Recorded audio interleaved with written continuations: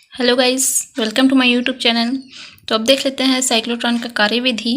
माना m द्रव्यमान वाला कोई कण प्लस q आवेशित कण d2 में प्रवेश करता है, जिससे उसका विभव माइनस q अर्थात ऋणात्मक विभव और d1 का विभव जो है वो धनात्मक हो जाता है। देखिए चित्र में, माना कोई m द्रव्यमान वाला कोई कण, यहाँ पास कोई m द्रव्यमान वाला कण है जो कि प्लस चार्ज है, यहाँ मतलब धन आवेशित है, और ये d2 में प्रवेश करता है, जिस कारण d2 का जो आवेश है वह ऋणात्मक हो जाता है और d1 का जो आवेश है वह धनात्मक हो जाता है। अर्थात जो ये वाला जो m द्रव्यमान का जो कण है वह जिस d में प्रवेश करेगा वह ऋणात्मक हो जाएगा और जिसमें प्रवेश नहीं करेगा वह धनात्मक हो जाएगा। तो आइए देख लेते हैं। किंतु खोखले गोले में चुंबकीय क्षेत्र शून्य होता है, इसलिए वह लंबवत गति करते हुए d1 में प्रवेश करता है, जिस कारण d1 ऋणात्मक विभव दर्शाता है तथा d2 धनात्मक हो जाता है। देखिए ये जो है एक खोखला गोला है, ये खोखला गोला होने के कारण जो है वह चुंबकीय गति वह सरल गति करते हुए वह d1 में आ जाता है। यहाँ से देखिए ये d1 में आ गया, ये d1 में आने के वजह से जो d1 है वह ऋणात्मक हो जाता है और d2 है वह धनात्मक आवेशित हो जाता है। अब आगे देख लेते हैं। इसी तरह त्रिज्या बढ़ने के साथ साथ वह सर्पिलाकार पथ का अनुसरण करता है तथा अंत में आवेशित कण को खिड़की द्वारा बाहर फेंक दिया जाता है। और यही गति जो है यही क्रिया जो है वह बार बार करता है जिससे ये सर्पिलाकार पथ का अनुसरण करने लग जाता है तथा अंत में जो आवेशित कण होता है, यहाँ पर जो m द्रव्यमान वाला कण था वह आवेशित हो जाता है और आवेशित होकर यह खिड़की से जो है वह बाहर फेंक दिया जाता है। अब देखते हैं। बढ़ती हुई त्रिज्या वृत्तीय गति करने लग जाती है, जिसके कारण अभिकेंद्र बल, अब यहाँ पर एक बल लगता है अभिकेंद्र बल। तो देखते हैं। अभिकेंद्र बल का सूत्र होता है F बराबर mv का स्क्वायर अपॉन में r। इसको समीकरण पहला मान लेते हैं। अब देखते हैं। तथा आवश्यक लॉरेंज बल, अब लॉरेंज बल का सूत्र क्या होता है, F बराबर qvb। इसको समीकरण दूसरा मान लेते हैं। तो आगे देखते हैं। अब समीकरण 1 एवं समीकरण 2 से देखिए, समीकरण 1 और 2 का लेफ्ट हैंड साइड बराबर है F और F, तो इसका राइट हैंड साइड भी बराबर हो जाएगा। तो ये होगा mv स्क्वायर अपॉन में r बराबर qvb। देखिए ये और ये दोनों बराबर हो जाएगा। तो अब यहाँ से एक v और एक v यहाँ से कट जाएगा, तो यहाँ पर बचेगा mv बराबर अपॉन में r बराबर qb। यहाँ का v कट गया है, तो अब हम लोग यहाँ पर पक्षांतर कर देंगे। हमको r का मान चाहिए, तो r बराबर हो जाएगा, इसको यहाँ ले जाएंगे, इसको qb को नीचे ले आएंगे, तो ये हो जाएगा mv अपॉन में qb। इसको समीकरण तीसरा मान लेते हैं, जहाँ m b व q, ये m b और q जो है वह नियतांक है, तो ये हो जाएगा r अनुक्रमानुपाती v। अतः किसी चालक त्रिज्या वेग के अनुक्रमानुपाती होता है। यहाँ देखिए, अतः किसी चालक त्रिज्या किसी वेग के अनुक्रमानुपाती होता है। तो अब देखते हैं। अर्धवृत्त में चक्कर लगाने में लगा समय, अर्धवृत्त का सूत्र होता है समय का सूत्र, अर्धवृत्त में चक्कर लगाने में लगा समय बराबर t बराबर हो जाएगा दूरी बटा चाल। और दूरी जो है वह हम जो है उसको वृत्त की परिधि मानते हैं। अब चूंकि यहाँ पर हम लोग अर्धवृत्त लिए हैं, इसलिए परिधि का सूत्र होता है 2πr, किंतु हम लोग अर्धवृत्त लिए हैं इसलिए हमको आधा परिधि ही लेना पड़ेगा, इसलिए हम लोग 1πr लिए हैं। तो t बराबर हो जाएगा πr अपॉन में v। चाल का मतलब होता है वेग, और वेग को v से दर्शाते हैं, तो ये हो जाएगा v।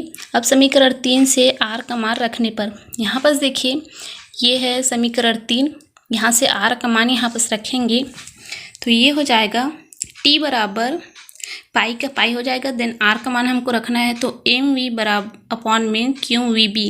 अब होगा t बराबर पाई m, यहाँ पर देखिए v और v कट जाएगा, तो ये हो जाएगा पाई m अपॉन में qb, समीकरण चौथा। अब आगे देखते हैं इसका आवर्तकाल, एक चक्कर पूरा करने में लगा समय अर्थात आवर्तकाल। तो t बराबर हो जाएगा t अपॉन 2, क्योंकि ये अर्ध आवर्तकाल है इसलिए t अपॉन 2 लिए हैं। यदि एक पूर्ण आवर्तकाल होता है इसको बस t ही लेते हैं, तो यहाँ पर हम लोग तिर्यक गुणा कर देंगे, तो ये हो जाएगा t बराबर 2t, ये 2 यहाँ से चला जाएगा। देन समीकरण 4 से t का मान रखने पर, देखिए ये समीकरण 4 है, यहाँ पर t का मान दिया हुआ है, इसको यहाँ पर रखेंगे, तो ये हो जाएगा t बराबर 2πm अपॉन में qb। इसको समीकरण 5वां मान लेते हैं। अब देखते हैं आवृत्ति, आवृत्ति को हम लोग fc से दर्शाते हैं फ्रीक्वेंसी, तो फ्रीक्वेंसी बराबर हो जाएगा 1 अपॉन t, तो ये हो जाएगा fc बराबर 1 upon 2πm upon Q B, इसका मान रखें यहाँ पर, तो ये हो जाएगा। इसको अब ऊपर ले जाते हैं तो एफ सी बराबर क्यू बी अपॉन में 2πm, इसको समीकरण छठवां मान लेते हैं। अब देखते हैं अधिकतम ऊर्जा माना द्रव्यमान m0, वेग v0, आवेश q0 और त्रिज्या r0 हो तो ये हो जाएगा अभिकेंद्र बल बराबर लॉरेंज बल। तो ये होगा v0 का स्क्वायर अपॉन में r0 बराबर q0 v0 b। तो ये होगा v0 का स्क्वायर और यहाँ से v0 जो है कट जाएगा तो यहाँ बचेगा। यहाँ पर फिर हम इसको पक्षांतर कर दिए हैं, r0 को इधर ले आए हैं और बाकी को नीचे ले आए हैं। तो ये हो जाएगा r0 बराबर m0 v0 और ये q0 और b बचेगा, उसको नीचे ले आए हैं पक्षांतर से। देन उसके बाद हमको v0 का मान चाहिए, तो ये हो जाएगा v0 बराबर ये q0 b यहाँ चला जाएगा, m0 इसके बट्टा में आ जाएगा। तो ये होगा q0 r0 b अपॉन में m0। अब देखते हैं प्राप्त ऊर्जा। तो प्राप्त ऊर्जा हमको गतिज ऊर्जा लेना है, तो गतिज ऊर्जा का सूत्र होता है 1/2 mv का स्क्वायर बराबर 1/2। चूँकि हम लोग ये m0 और v0 लिए हैं यहाँ पर, इसलिए इसको m0 लेंगे। तो ये हो जाएगा 1/2 m0 v0 का स्क्वायर। देन गतिज ऊर्जा को हम लोग E से दर्शाते हैं, लेकिन यहाँ पर हम सब में 0 लिए हैं तो इसमें भी 0 लेंगे।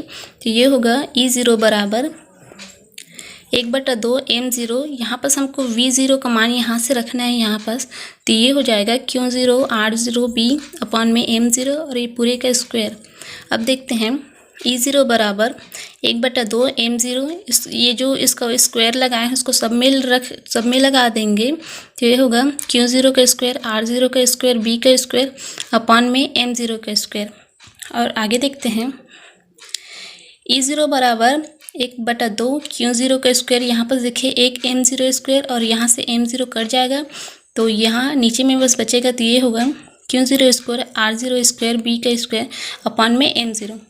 तो यहाँ पर हम लोग जो आंसर है उसको यहाँ से E0 को हटा देंगे 0 को, तो ये होगा E बराबर q0 का स्क्वायर r0 का स्क्वायर b का स्क्वायर अपॉन में 2m0। यही इसका आंसर है साइक्लोट्रॉन का। यहाँ बस मैं आपको ये प्राप्त ऊर्जा और जो आवृत्ति और आवर्त का सबको बताई हूँ, वो इसलिए क्योंकि एग्ज़ाम में जो कोई ज़रूरी नहीं है कि प्राप्त ऊर्जा को ही पूछा जाए, यहाँ से इसका जो है साइक्लोट्रॉन का आवृत्ति और आवर्त काल का भी सूत्र पूछ देता है, इसलिए मैं सबको अलग अलग बताई हूँ।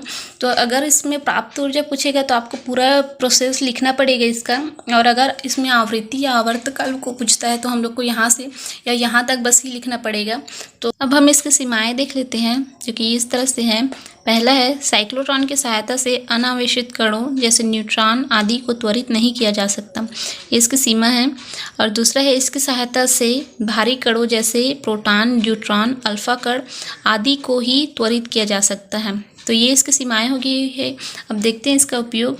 तो ये है पहला, नए पदार्थों को संश्लेषित करने में इसका उपयोग होता है। दूसरा है रेडियो एक्टिव पदार्थ उत्पन्न करने में। तीसरा है त्वरित ऊर्जा युक्त कणों का नाभिक पर बमबारी करके नाभिकीय अभिक्रियाओं का अध्ययन करने में। तो ये हो गया गाइस इसका उपयोग, इसकी सीमाएं। तो आई होप आज का टॉपिक आप लोग को पसंद आया होगा। यदि वीडियो पसंद आया तो लाइक कीजिए, अपने दोस्तों के साथ शेयर कीजिए, चैनल को सब्सक्राइब करना बिल्कुल भी ना भूलें। मिलते हैं नेक्स्ट वीडियो में। Thanks for watching this video.